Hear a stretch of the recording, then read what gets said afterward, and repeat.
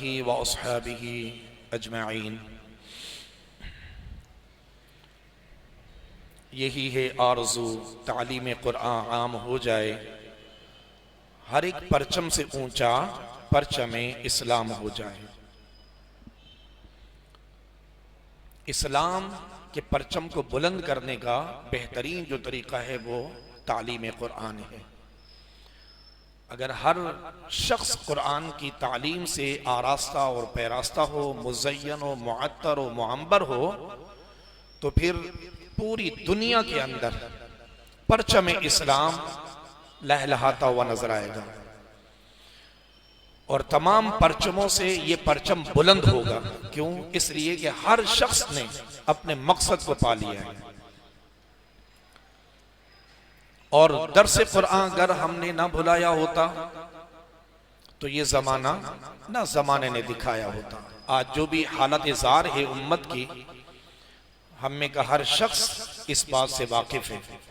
जो मुसलमान तनज़्ज़ुली का शिकार हैं, कुफ़ार व मुशरिकीन यहूद व नसारा की जुल्म सितम की चक्की में पिस रहे हैं, उसकी वजह क्या है? वो यही है कि हमने दर्स कुरान को भुला दिया है।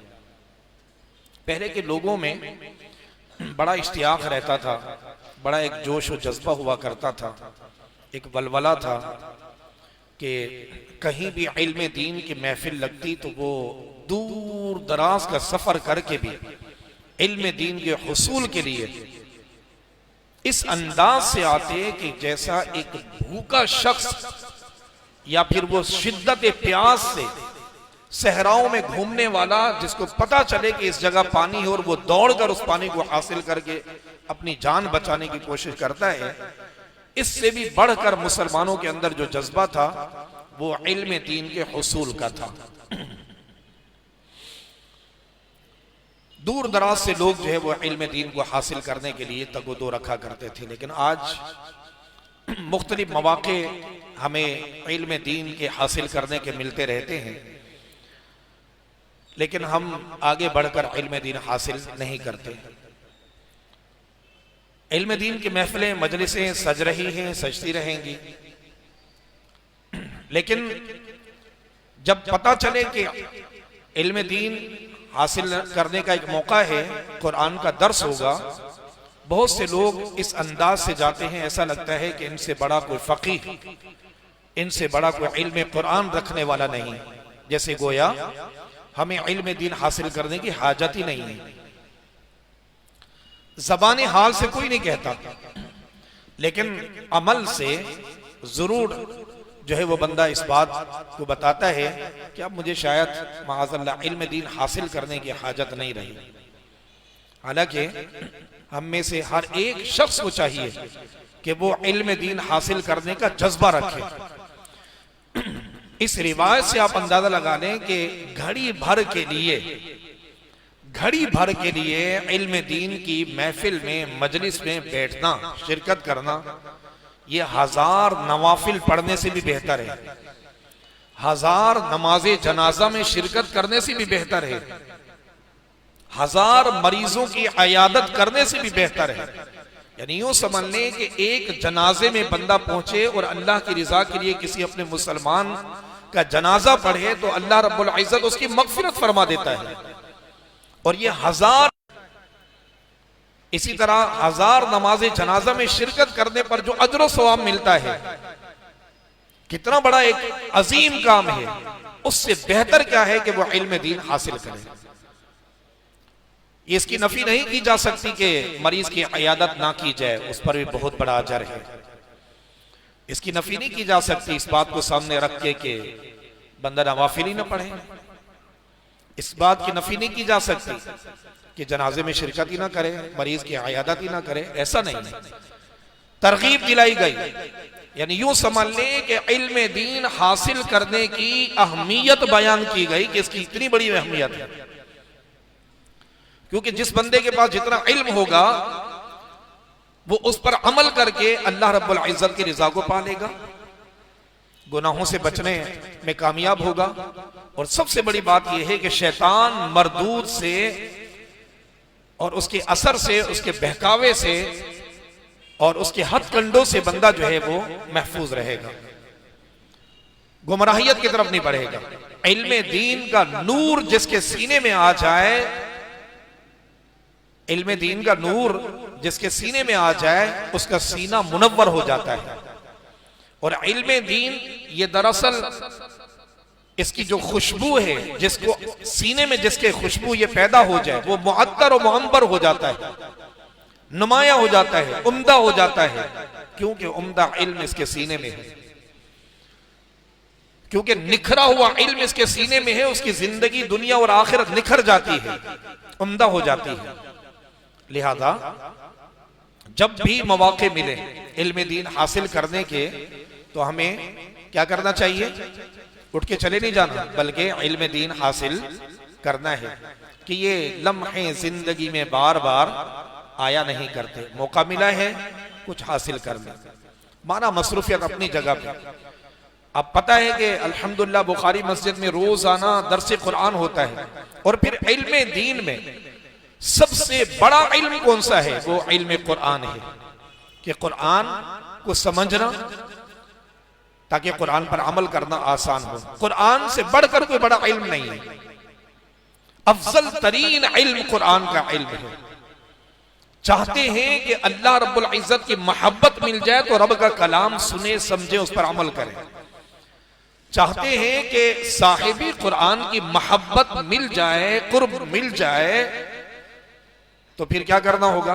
साहिब कुरान पर नाज़िल होने वाला ये कलाम, इसको सुना जाए, समझा जाए, पढ़ा जाए, गौर किया जाए और इस पर अमल किया जाए।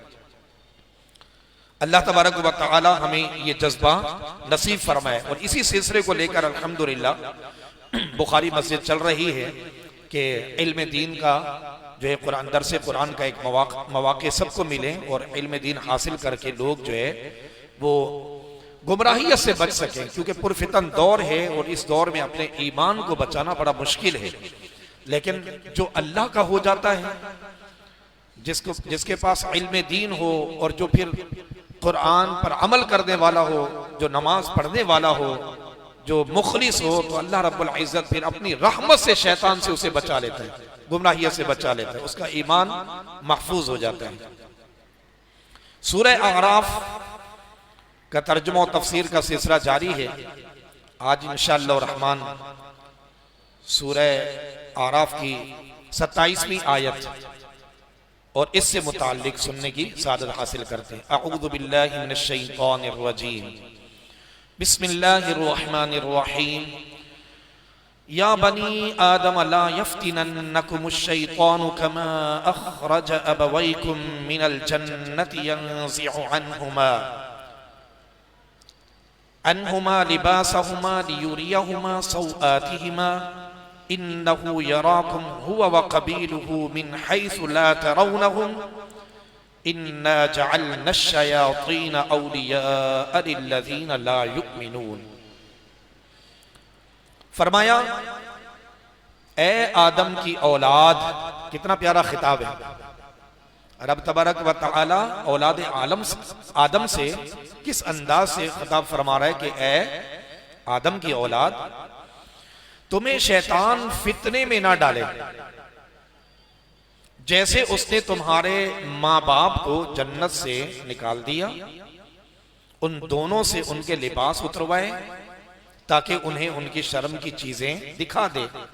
बेशक वो खुद और उसका कबीला तुम्हें वहां से देखते हैं जहां से तुम उन्हें नहीं देखते।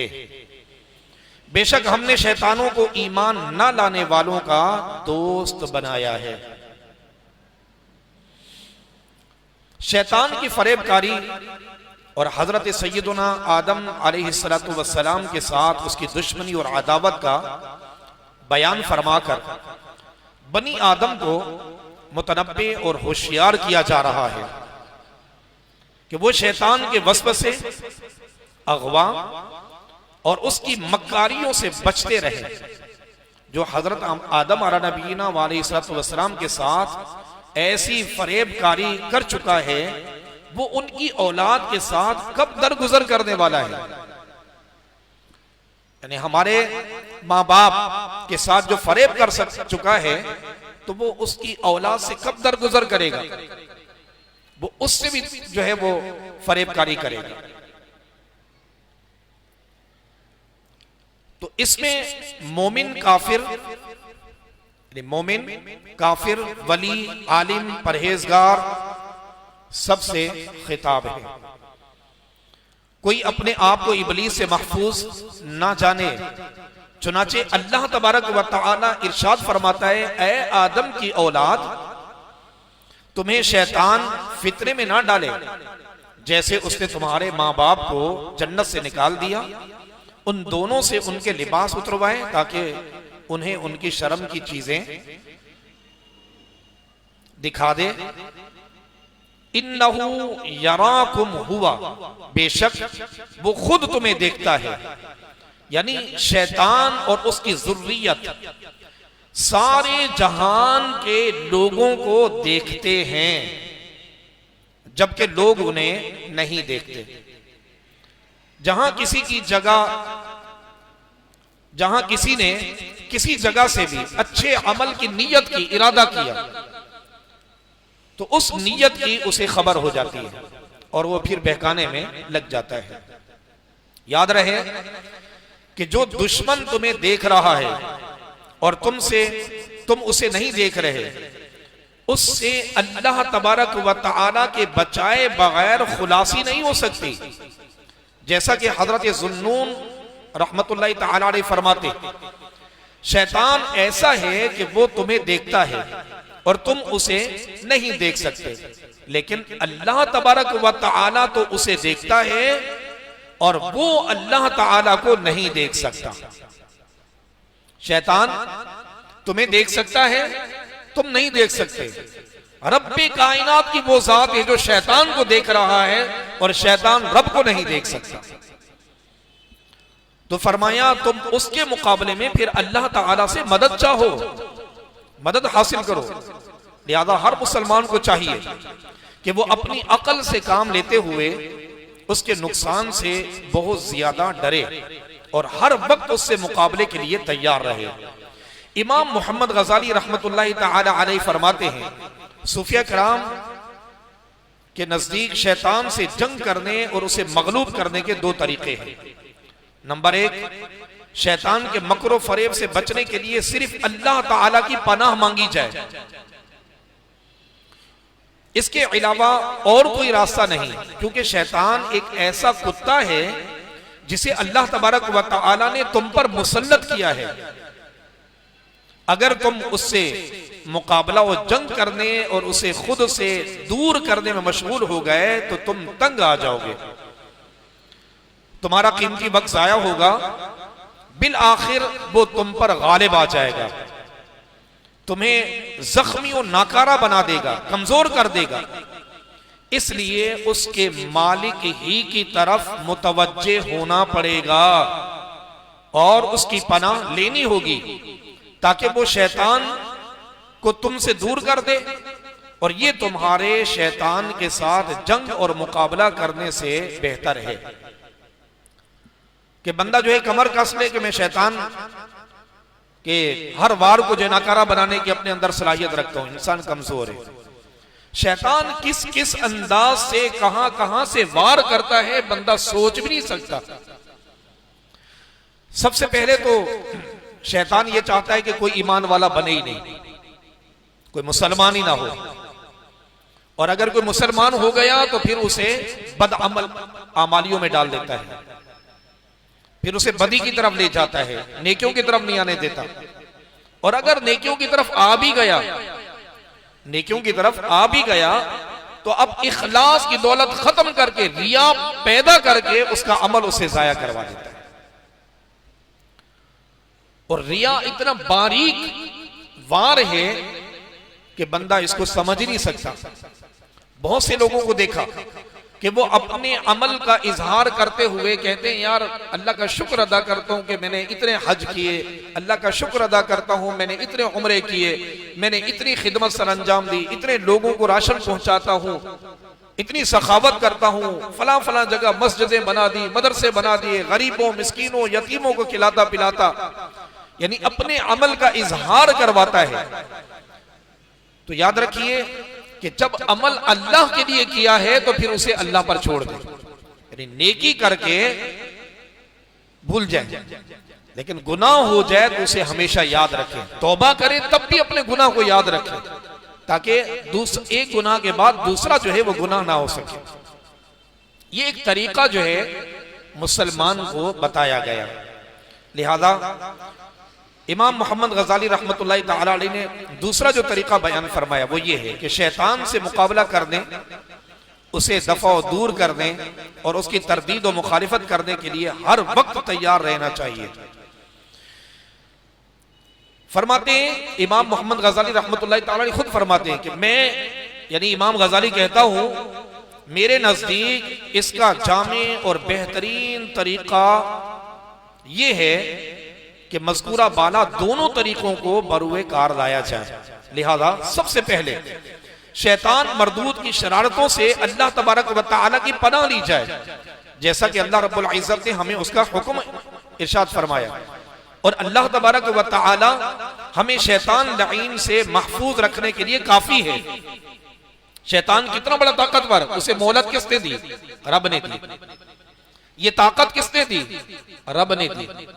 और जब बंदा रब की पनाह में आ जाए तो फिर शैतान से बचाने के लिए अल्लाह की मदद ही काफी है।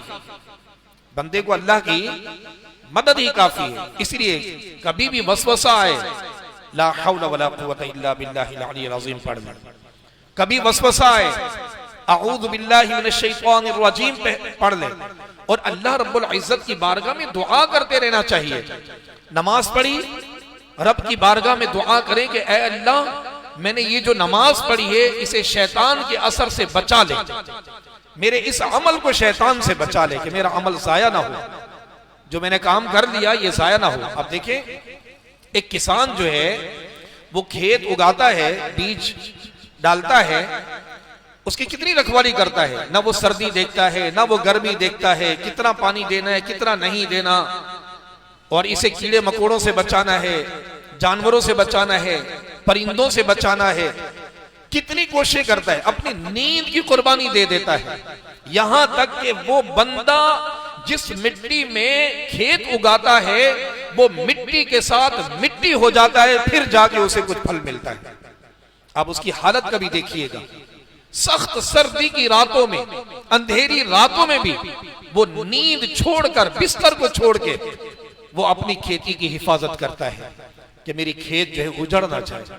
तो बताइए, दुनिया आखिरत की खेती है। दुनिया क्या है? आखिरत की खेती है। हमने इसमें क्या बोया? और अगर हमने नेक आमाल का बीज बोया है तो उन नेक आमाल को बचाने के लिए फिक्र भी होनी चाहिए। और सबसे बड़ी बात है कि एक किसान की सारी दौलत, जमा पूंजी, सब कुछ वो खेत है, वो उसे मिलता है तो अपना बच्चों का पेट पालता है। तो याद रखिए, ईमान से बढ़कर कोई दौलत नहीं है। दुनिया और माफिया में जितनी चीजें आती हैं, ईमान सबसे बड़ी दौलत है। इतनी अजीम दौलत है कि, और फिर इसके बावजूद भी बंदा इस दौलत की फिक्र ना करे, इसका तहफ्फुज ना करे और इसकी देखभाल ना करे, और ये अल्लाह रब्बुल इज्जत की बारगाह में रुजू करके अल्लाह तबारक व तआला से इसकी हिफाजत की दुआएं ना मांगे, तो फिर याद रखिए कहीं ऐसा ना हो कि ये दौलत अल्लाह ना करे कि किसी की छीन जाए। ईमान है तो सब कुछ है। नमाजें भी उस वक्त काम आएंगी जब ईमान सलामत ले जाएंगे। रोजे भी, ये इतनी कुर्बानियां दी, सख्त गर्मी के रोजे रखे, सर्दियों में उठ उठकर नमाजें पढ़ी, तिलावत कुरान की, दीनी खिदमत सर अंजाम दी, और अपने जो खून पसीने की कमाई से अल्लाह की राह में खैरात की, जो सदका और खैरात किया, अल्लाह की राह में खर्च किए, बेशुमार ऐसे नेक आमाल जो हैं, ये इनकी बका ईमान के तहफ्फुज में, ईमान की बका में है। ईमान है तो सब कुछ है, ईमान नहीं तो कुछ भी नहीं है। लिहाजा इमाम गजाली रहमतुल्लाहि तआला अलैह फरमाते कि बंदे को चाहिए कि वो ये दोनों तरीके इख्तियार करे। एक तो ये कि अल्लाह रब्बुल इज्जत की पनाह हासिल करता रहे शैतान मरदूद से, तो वो अपना ईमान भी बचा सकता है, अपने आमाल भी बचा सकता है। और रब तबारक व तआला ने जैसा कि इसका हुक्म इरशाद भी फरमाया है। और फिर अल्लाह ताला हमें शैतान लईन से महफूज रखने के लिए क्या है, काफी है। इसके बाद भी अगर तुम महसूस करो कि अल्लाह रब्बुल इज्जत की पनाह लेने के बावजूद शैतान तुम पर गालिब आएगा, आने की कोशिश कर रहा है, तो तुम्हारा पीछा नहीं छोड़ रहा, तो तुम्हें समझ लेना चाहिए कि अल्लाह ताला तुम्हारा इम्तिहान लेना चाहता है। अल्लाह की पनाह हासिल करने के बाद भी बेफिक्र ना हो जाए। फिर ये देखे कि इसके बावजूद भी शैतान जो है वसवसे डाल रहा है, अमल में सुस्ती दिला रहा है, गुनाह करने का दिल चाह रहा है, गुनाहों की तरफ शैतान ले जा रहा है, अमल से दूर कर रहा है, तो फिर बंदा इस बात पे गौर कर ले कि ये फिर रब तबारक व तआला की तरफ से मेरे लिए एक इम्तिहान है, और इस इम्तिहान में भी अपने आप को तैयार रखे, और फिर शैतान मरदूद के हर वार से अपने आप को महफूज करने की कोशिश करें। अल्लाह तबारक व तआला तुम्हारे मुजाहिदे इबादत में तुम्हारी कुव्वत की सच्चाई और सफाई रब तबारक व तआला इस बात को देखता है और तुम्हारे सब्र की जांच फरमाता है। अगर कोई इम्तिहान आता है तो उसमें ये चीजें देखी जाती हैं कि तुम्हारी सच्चाई की कुव्वत क्या है, सफाई क्या है, तुम्हारे सब्र की जांच फरमाता है कि कितने साबिर हो, कितने शाकिर हो। जैसा कि काफिरों को हम पर मुसल्लत फरमाया, हालांकि अल्लाह तबारक व तआला कुफ्फार के अज़ाइम और उनकी शरअंगेजियों को हमारे जिहाद किए बगैर भी मलिया मेट कर देने पर कादिर है, लेकिन वो उन्हें सफ़े हस्ती से नहीं खत्म फरमाता, बल्कि हमें उनके खिलाफ जिहाद करने का हुक्म देता है, ताकि जिहाद, सब्र, गुनाहों से छुटकारा और शहादत से हमें भी कुछ हिस्सा मिल जाए और हम इस इम्तिहान में कामयाब व कामरान हो जाए। तो इसी तरह हमें शैतान से भी इंतहाई जाफिशानी के साथ मुकाबला और जंग करने का हुक्म दिया गया।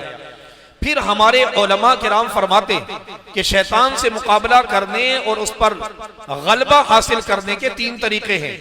फरमाया, तुम शैतान के मकर फरेब और उसके हीला साजियों से होशियार हो जाओ, क्योंकि जब तुम्हें उसके हीला साजियों का इल्म होगा वो तुम्हें नुकसान नहीं पहुंचा सकेगा। जिस तरह चोर को जब मालूम हो जाता है कि मालिक मकान को मेरे आने का इल्म हो गया और वो दूर भाग जाता है। दूसरा तरीका, जब शैतान तुम्हें गुमराहियों की तरफ बुलाए तो तुम उससे दूर हो जाओ और उसे रद्द कर दो, तुम्हारा दिल कतअन उसकी तरफ मुतवज्जे ना हो और न तुम उसकी पैरवी करो, क्योंकि शैतान लाइन एक भौंकने वाले कुत्ते की तरह है। अगर तुम उसे छेड़ोगे तो वो तुम्हारी तरफ तेजी के साथ लपकेगा, तुम्हें जख्मी कर देगा, और अगर तुम उससे किनारा कशी इख्तियार कर लोगे तो वो खामोश रहेगा। तीसरा तरीका फरमाया कि अल्लाह तबारक व तआला का हमेशा जिक्र करते रहो, हमा वक्त खुद को अल्लाह रब्बुल इज्जत की याद में मसरूफ रखो। कितना प्यारा ये तरीका है, हर वक्त चलते फिरते उठते बैठते जो अपने रब को याद करता है, नमाजों की पाबंदी करता है, कुरान की तिलावत उसकी जबान पे जारी रहती है, तस्बीह और तहरीर उसकी जबान पे जारी रहती है, दुरूद की वो कसरत करता है, ये वो अमल है कि शैतान से उसे नजात दिला देता है। यानी यूं समझ ले कि शैतान मरदूद से जंग करनी है, उसे लड़ना है उसके साथ, तो खाली हाथ को नहीं लड़ना, कुरान की तिलावत के हथियार से लड़ना है, नमाज की पाबंदी के हथियार से लड़ना है, जिक्र और अज़कार राह खुदा में खर्च करने के हथियार उठाओ और शैतान से मुकाबला कर लो। इखलास का हथियार अपने पास रखो, मुखलिस हो जाओ, ताकि रिया के वार से तुम बच सको। तकब्बुर के वार ये शैतान के वार है।